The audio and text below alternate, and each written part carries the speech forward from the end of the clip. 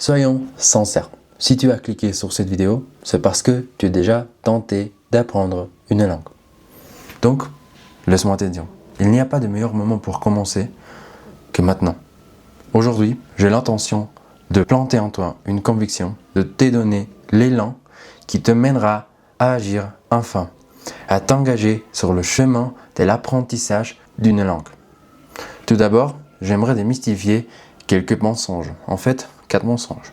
C'est parti. Premier mensonge. Parler une langue couramment équivaut à ne pas faire d'erreur. J'ai entendu dire que parler une langue couramment veut dire parler sans faire d'erreur. Franchement, moi aussi, j'ai cru ce mensonge alors que ce n'est pas vrai du tout. Parce qu'au bout du compte, si on se trompe, et même comme ça, on arrive à traduire ces idées, le boulot est fait. Se faire comprendre, c'est le plus important.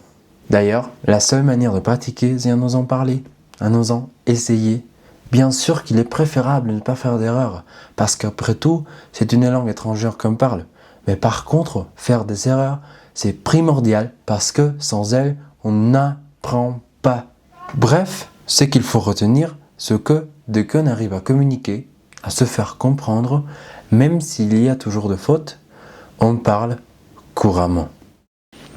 Deuxième mensonge, apprendre une langue ne consiste qu'en un travail ardu et dans la maîtrise des règles. Je peux te parler depuis ma petite expérience. Au lycée, j'ai commencé avec l'allemand en apprenant les règles, comme il le faut au début en fait. Après quelques mois, j'avais compris en grande partie comment l'allemand fonctionnait. Le problème, quand je voulais parler, je calais ou je faisais des phrases lourdes, presque incompréhensibles. Je me suis rendu compte que, même si les règles m'ont aidé à comprendre le fonctionnement de l'allemand, je n'aurais jamais pu parler couramment sans pratique réelle et sans répétition. Les règles étaient le premier pas, mais je ne pouvais pas en rester là si je voulais parler. Ça veut dire quoi du coup? Ça veut dire que toi, tu ne parleras jamais une langue si tu consacres tout ton temps à mémoriser des règles. Ce qui d'ailleurs, après quelques temps, devient une corvée. La grammaire, les structures, la conjugaison, etc. t'aideront à savoir avec certitude ce qui est correct et ce qui ne l'est pas. Toutefois, elles ne te feront pas parler. Je te pose cette question. Comment est-ce que tu es arrivé à parler ta langue maternelle? La plupart des natifs ne connaissent pas les règles de leur langue. Ou peut-être à peine quelques-unes d'entre elles. Même ainsi, ils arrivent à parler couramment et cerise sur les gâteaux sans problème.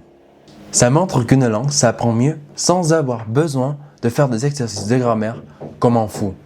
Mais quelle bonne nouvelle! C'est-à-dire qu'il ne faut pas que tu te tues à la tâche, il faut juste apprendre efficacement. Si tu t'intéresses à la méthode la plus adaptée pour apprendre une langue, renseigne-toi sur l'immersion artificielle, une technique suivie par les polyglottes les plus expérimentés.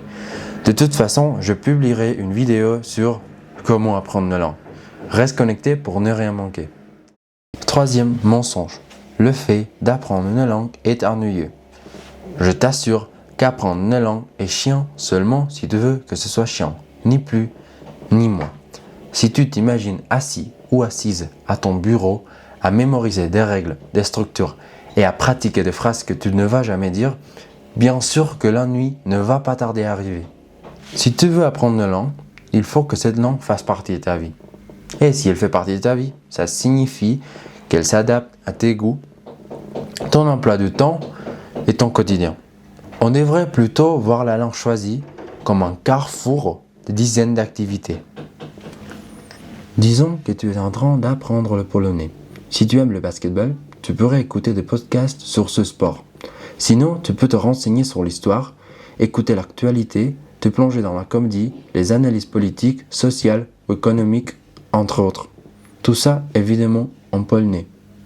Après, je suis conscient qu'il n'est pas une immense affaire de trouver des choses qui nous plaisent ou du temps pour le faire. Pour ça, le secret, c'est de profiter des habitudes actuelles. Ainsi, on évite le côté pénible lié au développement d'une nouvelle habitude. Un bon exemple serait d'aller à la salle de sport. Rien de plus facile que de mettre un podcast pendant ta séance. Par profiter des habitudes, j'entends aussi utiliser les trajets quand on rentre chez soi ou quand on va au boulot, à l'université, au lycée, tu vois l'idée. Là, tu disposes carrément d'un créneau pour progresser juste avec ton téléphone ou tes écouteurs. En gros, tu peux tordre le cou à l'ennui en adaptant l'apprentissage à ton propre style de vie. Quatrième mensonge, on a besoin d'être doué pour réussir. On parle de l'excuse la plus répandue pour abandonner. Mais attention, je n'en veux pas à ceux qui arrêtent d'apprendre une langue. Je les comprends à fond. À force d'apprendre des trucs qui ne t'aiment même pas vraiment parler, c'est évident qu'on va laisser tomber. On s'est dit que ce n'est pas pour tout le monde et qu'on ne fait pas partie du groupe des doués. Voici une question que j'espère te faire réfléchir. Est-ce que toi, tu te sens talentueuse pour parler ta propre langue? Ce serait bizarre que tu répondes oui. Pourquoi? Parce qu'apprendre une langue en soi n'est pas un talent. Je te recommande fortement de regarder le TED Talk de Gabriel Wiener. Je te laisse le lien dans la description. Il parle précisément de son expérience avec la langue et comment il était à deux doigts d'abandonner. D'ailleurs, je te montre rapidement ce qu'a écrit Cristina Trucina, je m'excuse si je prononce mal ce nom, dans son article « Pourquoi quasiment tout le monde échoue dans l'apprentissage de langue, hormis le 1% qui le maîtrise ». Elle affirme « Je ne suis pas né en ayant la bosse de langue ». Un argument fort pour renforcer l'idée que ce talent se construit. Il y a quelques années, moi aussi, je ne me croyais capable non plus. J'avais cette mentalité qu'arriver à parler une langue couramment, à part la sienne évidemment, était seulement pour ceux qui avaient ça dans le sang. Maintenant, aujourd'hui, je comprends à quel point j'avais tort. Maintenant qu'on a réfuté ces affirmations, c'est le moment de répondre à la vraie question.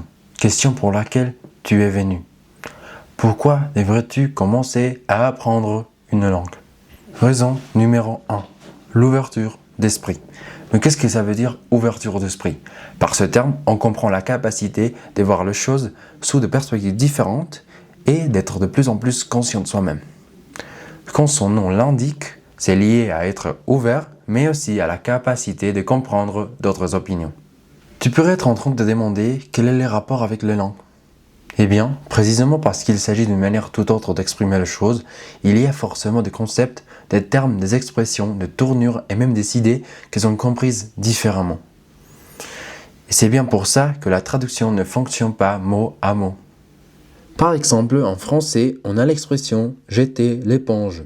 Si tu la traduisais littéralement en espagnol, ce ne serait que du charabia, personne ne te comprendrait. En fait, en espagnol, on dirait plutôt « jeter la serviette » pour donner l'idée d'abandonner. Même si l'exemple peut avoir l'air banal, ça montre qu'on change de perspective en fonction de la langue pour s'exprimer. Voyons ce que David Robson, un journaliste spécialisé en neurosciences, écrit sur l'effet des langues étrangères, ou Foreign Language Effect en anglais. Quand on parle une deuxième langue, on peut devenir plus rationnel, plus ouvert d'esprit et mieux armé pour affronter l'incertitude. Ce phénomène est connu sous le nom d'effet de la langue étrangère. Et ses avantages peuvent être une source d'inspiration pour toute personne souhaitant enrichir son esprit avec les mots d'une autre langue. La langue permet de créer une compréhension du monde. Celle que tu choisis ou celle que tu as apprise en étant enfant fournit une vision. Comme l'a dit Edward Sapir, un des linguistes développeurs du déterminisme linguistique, deux langues ne sont jamais suffisamment semblables pour être considérées comme représentant la même réalité. Raison 1,1. La chance de connaître d'autres cultures sans barrière. Cette sous-raison découle de la première. Grâce à l'ouverture d'esprit acquise, tu as la chance de mieux connaître une culture. La langue est ainsi considérée non pas seulement comme moyen de communication, mais surtout comme une expression d'identité individuelle et collective. Langue et culture ont des liens intrinsèques.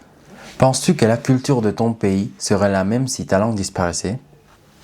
Le monde est plein de cultures et ce n'est qu'à travers les langues qu'on réussit à les connaître à fond. C'est la beauté de la diversité. Après, au bout de compte, c'est à toi de te demander à quoi ça sert vraiment de t'immerger dans une autre culture. Raison numéro 2. Repousser ses limites. Cette deuxième raison, à mon avis, est la plus évidente. Apprendre une langue t'entraînera souvent à te confronter à l'inconnu. Parfois, tu sauras comment te débrouiller, mais ça va toujours te mettre au moins un peu mal à l'aise. Se trouver sur un terrain inexploré va requérir des efforts que ton cerveau n'a pas l'habitude de faire.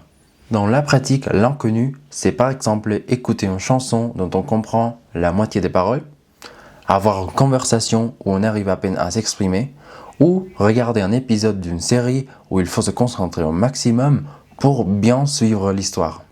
Peu importe le résultat, si tu ne baisses pas les bras, tu seras en train de repousser tes limites, que ce soit en compréhension ou à l'oral. Ce qui est important, c'est d'accrocher. C'est en supportant les coups durs, les épreuves, parfois petites, parfois grandes, que tu te tireras vers le haut. La régularité, malgré les échecs, porte toujours ses fruits. Encore une fois, ma petite expérience m'a montré à quel point c'est vrai. J'arrive même pas à compter les fois où la frustration m'a accablé en apprenant le français. Mais sans m'en rendre compte, j'exerçais mon cerveau à chaque fois que j'acceptais mon manque de connaissances et je continuais d'apprendre. Au fil du temps, j'ai accumulé de petits progrès qui ont fini par devenir une montagne. À la suite d'épreuves compliquées où je ne m'y croyais pas à l'auteur, là où j'allais au-delà de ce que je connaissais, il se révélait que quelques temps après, je pouvais affronter des obstacles plus grands. Quand tu te sentiras dépassé par un défi, tu verras que malgré les difficultés, que tu réussisses ou pas à bien communiquer ou à bien comprendre, tu t'en sortiras en vie et auras appris pour une prochaine fois. Il ne restera qu'à élargir tes connaissances. Ce qui, sans l'ombre d'un doute, te fera grandir. Enfin et surtout, la troisième raison, le bénéfice pour l'estime de soi. Apprendre une nouvelle langue te donne la chance de bâtir une estime de toi plus solide. Pour moi, c'est le bénéfice qui en vaut le plus la peine. Incontestablement, nous avons tous ressenti au moins une fois un manque de confiance en soi. Toi, tu sais de quoi je parle. Il s'agit d'une question innée et humaine, la bataille que nous connaissons tous. Dans ce cas, apprendre une nouvelle langue représente une aide indéniable. Imagine-toi dans la queue pour commander un café en Italie. Supposons qu'on est en train d'apprendre l'italien. Les gens avancent. Après quelques minutes, tu arrives à la caisse. Grâce au fait que tu as appris l'italien de façon efficace, tu te sens à l'aise et tu commandes un café sans gêne. Quelques instants plus tard, tu reçois ta boisson, puis tu trouves une table vide pour t'asseoir. Déjà assis, tu sirotes ton café et t'aperçois qu'un sentiment de plénitude t'envahit. Tu viens de vivre un déclic. Tu as donné à ton cerveau des repères pour casser tes schémas d'auto-sabotage, pour faire taire cette voix qui te répète à tout bout de champ que tu es ni capable, ni à l'auteur. Et tu poses ainsi la première pierre à l'édifice de la confiance en toi. Le message que je cherche à transmettre, c'est qu'à force de savoir réussir, on commence à changer ce qu'on pense de soi-même et la confiance en soi s'accroît. Il faut quand même faire attention à un truc incontournable, à savoir que tes connaissances ou tes aptitudes ne définissent pas qui tu es ni ce que tu vaux. Ne fonde jamais ta propre valeur là-dessus et ne crois pas qu'apprendre une langue remplacera le travail qu'il faut faire pour s'aimer soi-même. Crois-moi, ça peut faire plus de dégâts que tu ne le penses. Maintenant, faisons un récapitulatif de tout ce que tu viens d'entendre.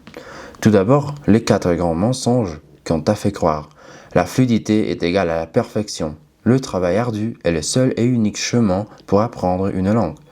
L'ennui est indissociable de l'apprentissage de langue. Et le 4e point, le talent est le facteur déterminant. Après avoir souligné les incohérences de ce point, tu as appris la raison pour laquelle tu devrais parler une nouvelle langue. À savoir l'amplitude de la perspective et le rendez-vous avec une culture toute autre, le dépassement de soi grâce aux échecs et la construction d'une vraie confiance en soi. Si cette vidéo t'a plu, n'oublie pas de laisser un like et de t'abonner. Je te remercie vraiment d'avoir regardé jusqu'à la fin. Sans plus rien à dire, je te dis à la prochaine.